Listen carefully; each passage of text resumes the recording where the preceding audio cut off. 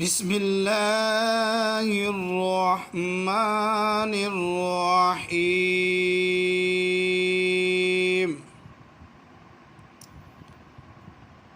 وَكَذَلِكَ نُوَلِّي بَعْضَ الظَّالِمِينَ بَعْضًا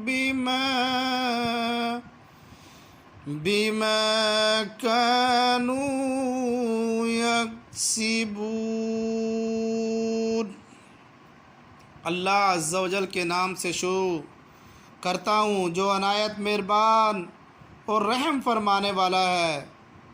ابھی آپ نے جو آیت سماعت فرمائی ہے اس کا ترجمہ، اور یوں ہی ہم ظالموں میں ایک کو دوسرے پر ان کے اعمال کے سبب مسلط کر دیتے ہیں،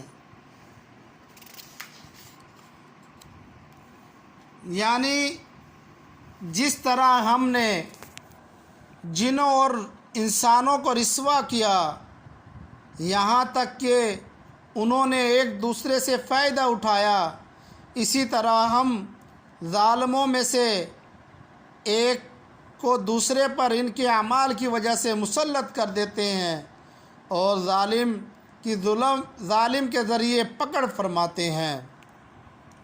اس آیت مبارکہ میں ظلم کرنے والوں کے لیے بڑی نصیحت ہے۔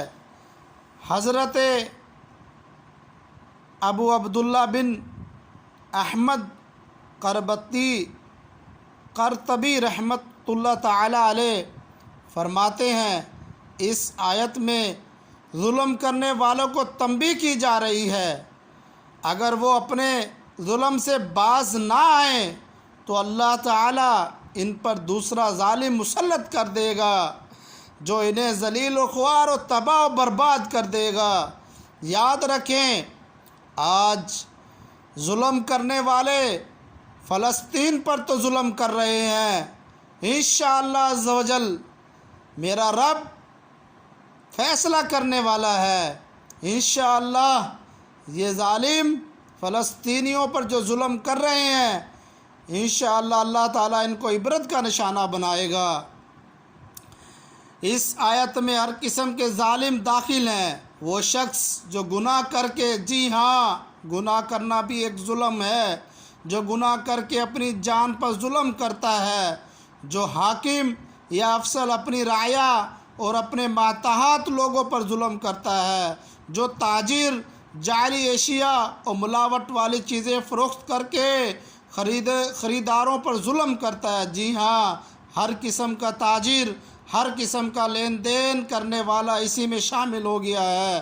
2 نمبر مال نہ بیچیں، 2 نمبر دودھ والے دودھ نہ بیچیں، 2 نمبر چیزیں نہ بیچیں، موبائل بیچنے والوں 2 نمبر چیزیں اس میں لگا کر نہ بیچیں، ہر قسم کا تاجر اس میں شامل ہو گیا ہے۔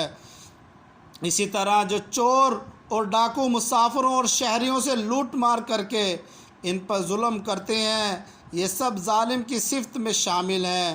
ان تمام پر اللہ تعالیٰ کوئی ان سے بڑا ظالم مسلط کر دیتا ہے۔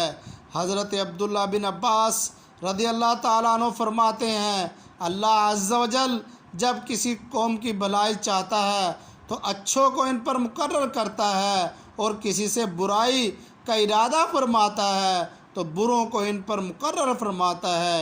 اس سے یہ نتیجہ برآمد ہوتا ہے جو قوم ظالم ہوتی ہے اس پر ظالم بادشاہ مقرر کیا جاتا ہے، تو جو اس ظالم کے پنجہ ظلم سے رہائی چاہے انہیں چاہیے کہ ظلم چھوڑ دیں۔ جی ہاں، ہمیں اپنے آپ کو بدلنا ہوگا، ہمیں غریبوں سے ظلم چھوڑنا ہوگا، یتیموں سے ظلم چھوڑنا ہوگا۔